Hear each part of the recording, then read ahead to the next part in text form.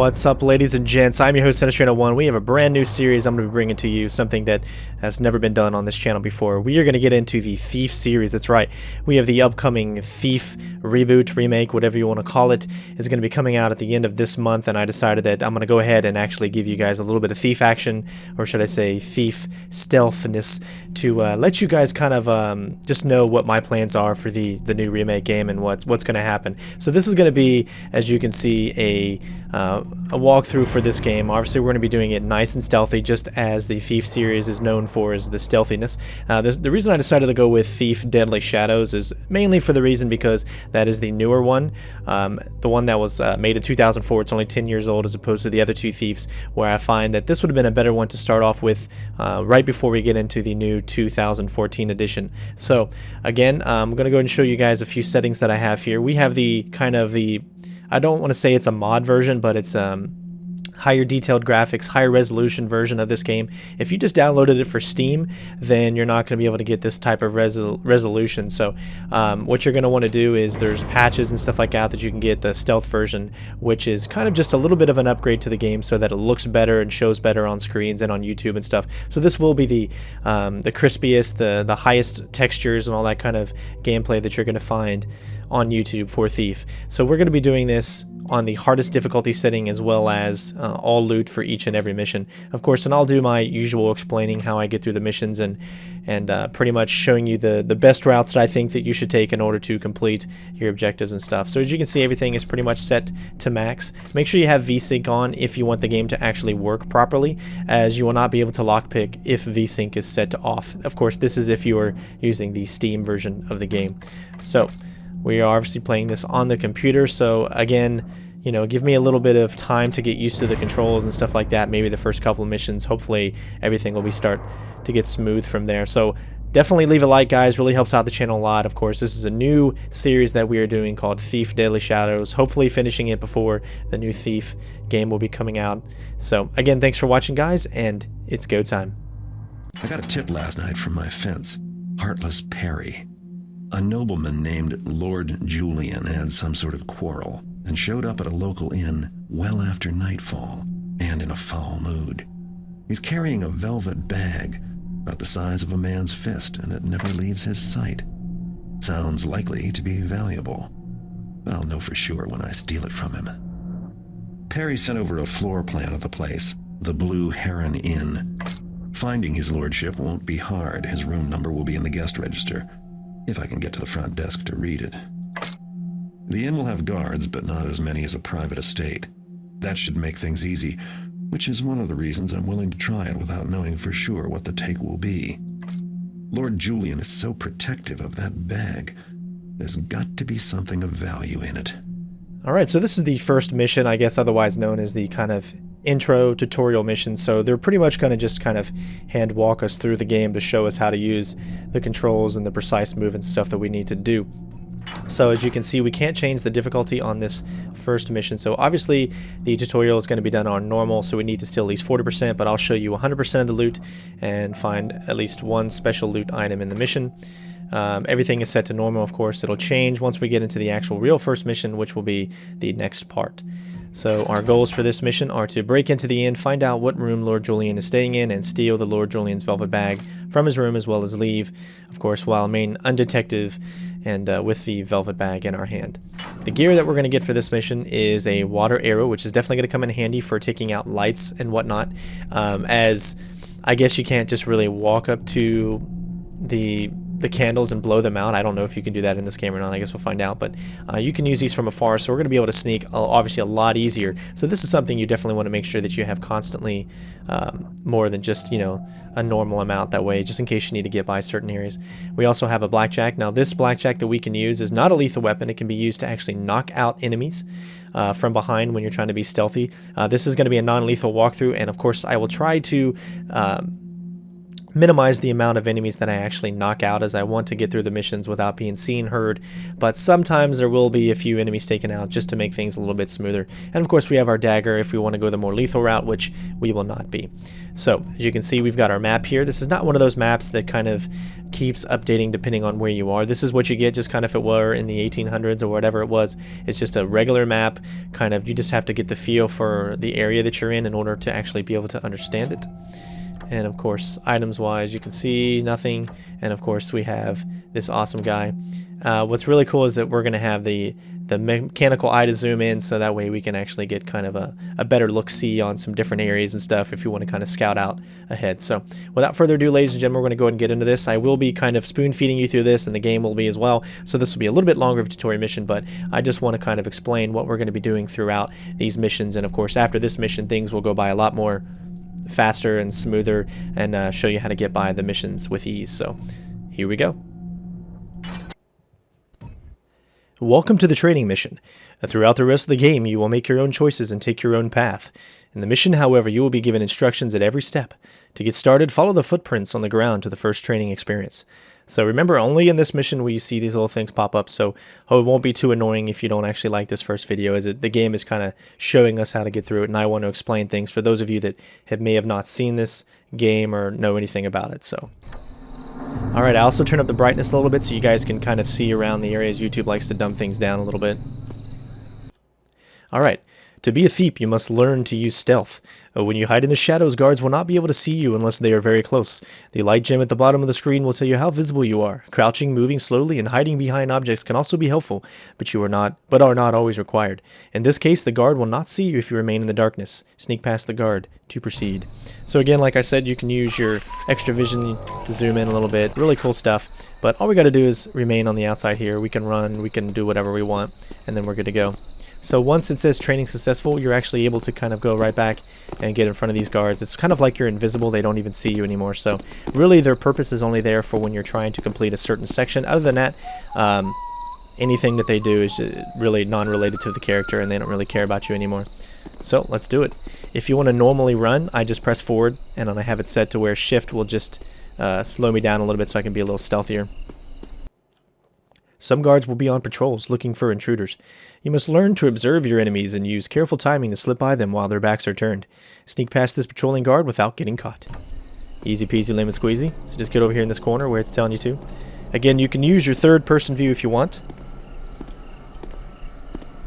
I will be using the third person view every now and then, as it does help to get by kind of some guards. You can see we can slow our roll a little bit, or you can actually get down if you want to. It's really up to you.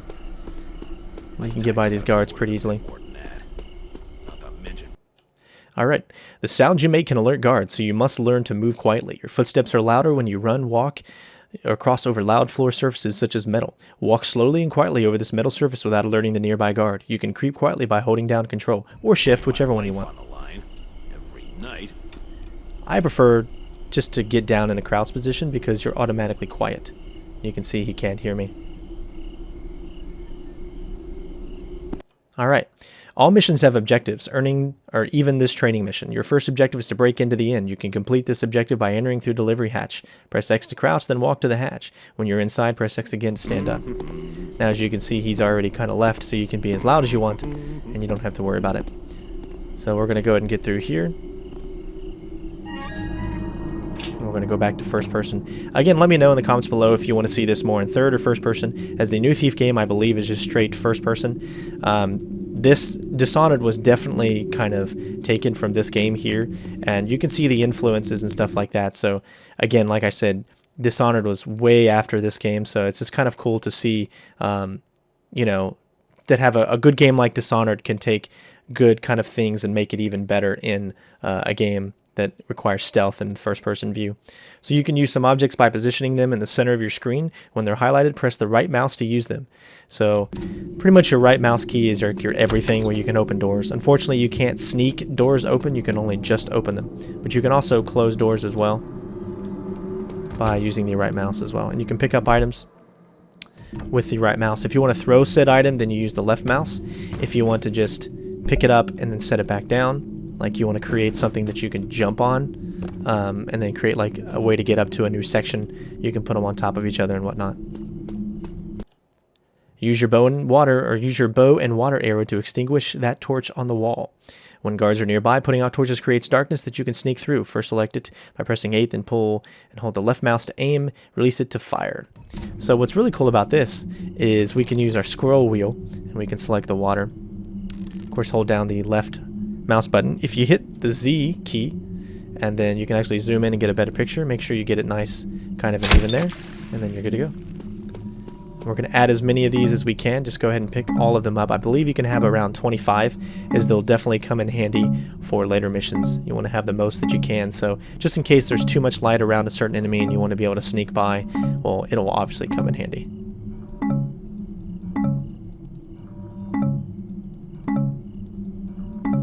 Alright, we are full and ready to go. To climb on top of obstacles, get close to them and press space. Easy peasy. Now you notice we got that light gem down there, and you can see it's all nice and bright like a diamond.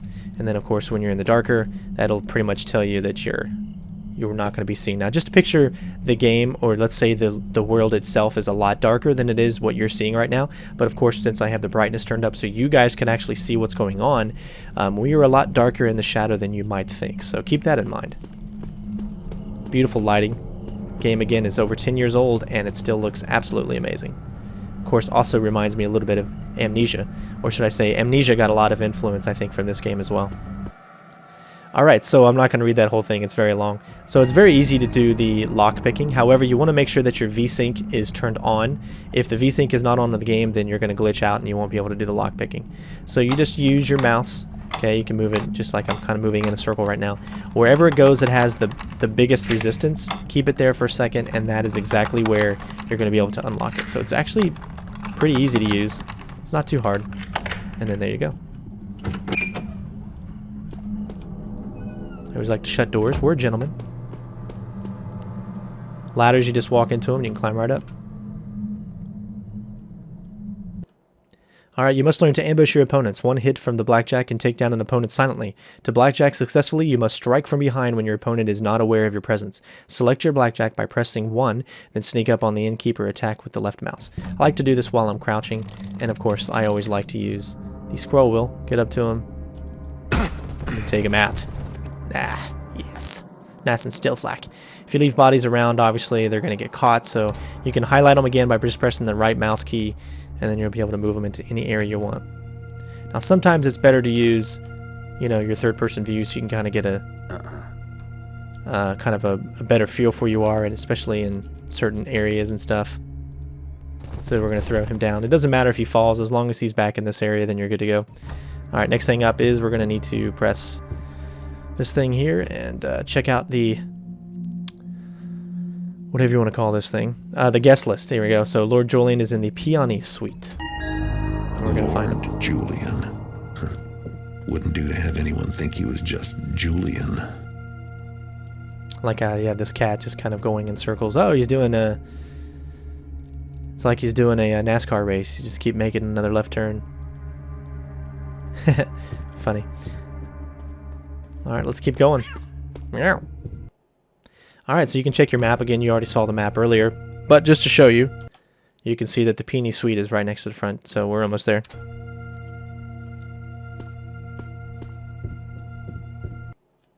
Alright, so we have, obviously this is a thief game, so we're going to need to steal and loot a lot of items. So again, you just press that all infamous key, which is the right mouse, and you're able to pick up any loot that you want. There's another area that you can go up into up here, however it is locked off, so there's really no point, and there's nothing in here to get, so.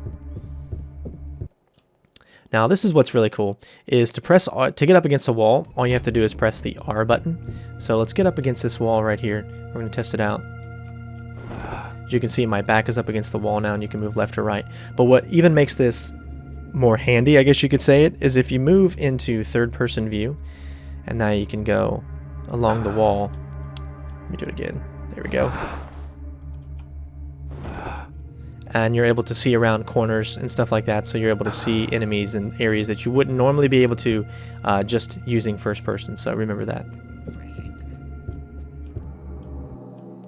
Alright, so we have a guard right up ahead. We need to use a noisemaker in order to distract him. Now this is one of those things that we can do that is kind of a glitch. I mean, not really a glitch, but something that the developers really didn't think about. So we have the noisemaker arrow here.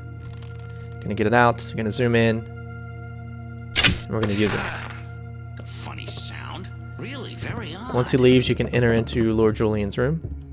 Now, as you can see, training is successful. Now, once you do this, you don't have to worry about him anymore. You can actually go in, grab the special loot, whatever you need to get, and he doesn't even notice you anymore. The guards are really only there before you complete that specific part of the training mission. Other than that, then there's no, I mean, they don't even know you're there. Alright, so obviously the stuff that we need is not in this room. Lord Julian is not in here as well. So that means we're going to need to find him.